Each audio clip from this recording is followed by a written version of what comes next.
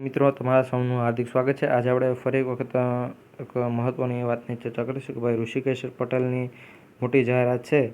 ગુજરાત નર્સિંગમાં આંદોલનની શું અસર પડેલ છે એની પણ ચર્ચા કરીશું, અને પેપર રદ થયું કે નહીં ભાઈ એની પણ ચર્ચા કરીશું। કારણ કે ભાઈ આંદોલન હાલ ચાલુ છે, મોટું બધું આંદોલન ચાલુ છે, તો ગુજરાતનું પેપર છે તે રદ થશે આંદોલનના કારણે। તો ભાઈ આંદોલનની કંઈ પણ અસર જોવા મળતી નથી હાલ, કારણ કે ભાઈ તમે ગમે એટલું આંદોલન કરો, પરંતુ ABCD વાળા છે તે જ ફાવી ગયા છે મિત્રો। જેણે ABCD કરાવેલો છે એ બધા 100% ફાવી ગયા છે। અને જો મિત્રો તમે આપણો વિડીયો 3 મિત્રો મેં તમને વિડીયોમાં પણ બતાવેલો છે કે આ વિડીયો 3 છે, તો જો એ વિડીયો 3 નથી જોયો તો એ જોઈ લેજો। ને મિત્રો ના જોવો હોય તો એના માટે મિત્રો તમને એની માહિતી આ વિડીયોમાં પ્રોવાઈડ આજે કરી આપીશ, કારણ કે મિત્રો આજે ટીમ મેં કીધેલું એ પ્રમાણે આપણે કરીશું। આપણે મિત્રો ઘરનું કોઈ પણ આમાં ઉમેરતા નથી।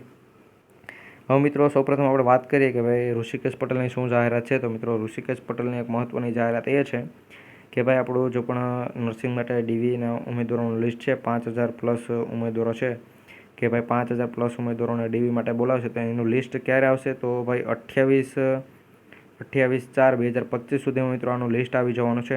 એના પહેલાં જ મિત્રો આવશે, 28 પછી નહીં, 28 તારીખ પહેલાં જ મિત્રો આવી જશે, અથવા 28 તારીખના દિવસે આવશે, એ બાબત ન્યૂઝ છે। જો ભાઈ પહેલી માહિતી મેં તમને આપી કે ઋષિકેશ પટેલની શું મોટી જાહેરાત છે, તો મિત્રો હવે આંદોલન બાબત વાત કરીશું, અને પેપર રદ થશે કે નહીં એના બાબત પણ વાત કરીશું।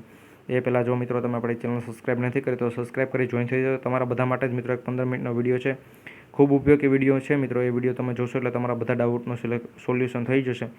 તો મિત્રો એ વિડીયો લેવલ 1માં આપેલો છે, લેવલ 1માં જોઈન થઈ જજો। તો આપણે વાત કરીએ કે ભાઈ જે પણ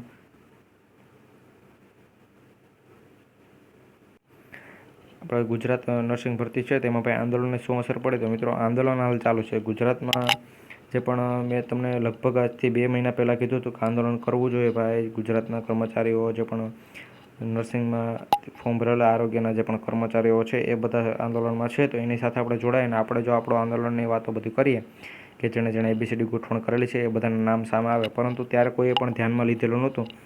અને ભાઈ બધાએ કોમેન્ટ કરતા હતા કે ભાઈ રિઝલ્ટ આવે ત્યારે આપણે ખબર પડે। હવે રિઝલ્ટ આવ્યું, જનરલ કેટેગરીના 2000 ઉમેદવારોને બોલાવવાના હોય, પરંતુ મિત્રો તેમાં પાછળ જ 1000 ઉમેદવારો થયેલા છે। તો હવે એ બધા પણ આંદોલનમાં બેઠેલા છે કે ભાઈ અન્યાય થયો છે, ABCD વાળાને નામ સામે આપો અને એ બધાને જેલમાં નાખો। જો મિત્રો આ વાત સાચી હોય કે ભાઈ એના નામ સામે આપવા જોઈએ GTUને, અને તેને ભાઈ બધાને સજા કરવી જોઈએ, તો એ વાત સાચી હોય તો ભાઈ કોમેન્ટમાં યસ મોકલજો, જેથી કરી અમને પણ ખબર પડે કે નહીં અમે વાત કરીએ એ બધી સાચી છે। હવે મિત્રો પેપર રદ થશે કે નહીં મિત્રો એની તો કોઈ અપડેટ નથી, કારણ કે મિત્રો પેપર રદ થવાનું જ નથી। કારણ કે ભાઈ DVની જો તારીખ આવી ગઈ કે ભાઈ ડોક્યુમેન્ટ વેરિફિકેશનની લિસ્ટ આ નહીં આ તારીખ આવી જશે, 28/4/2025 સુધીમાં DVની કેટલા ઉમેદવારોને બોલાવશે, 5800 5900 જેટલા ઉમેદવારોને બોલાવે તેની લિસ્ટ છે તે ભાઈ આવી જશે, તો પેપર રદ થવાનો કોઈ મતલબ જ નથી। હવે મિત્રો વિડીયો 3ની થોડીક માહિતી છે તે પણ તમને વિડીયો 3 કયો છે એ પણ હું તમને બતાવી આપું કે એમાં મિત્રો અમે શું જણાવેલું છે। મિત્રો વિડીયો 3નું જે પણ વિડીયો 3 છે તેનું થંબનેલ મિત્રો અહીંયા તમે જોઈ શકો છો ભાઈ। જે પણ 3જા નંબરનો વિડીયો છે સ્ટાફ નર્સનો કટ ઓફ, તો મિત્રો કટ ઓફ ઊંચું જ જશે, કારણ કે હવે મિત્રો ABCD વાળા નથી, અને તો કટ ઓફ ઊંચું કેટલું જશે મિત્રો, હાઈએસ્ટ કટ ઓફ કેટલું જશે એ પણ આમાં જણાવેલું છે। તમારો વારો ભાઈ આવશે કે નહીં આવે, તમારા વારો જો આવે તો કેટલા માર્ક્સ હોવા જોઈએ, અને જનરલમાં જવાનો મોકો કોને મળશે, બધી માહિતી આમાં છે, તો આ વિડીયો ખાસ જોઈ લેજો।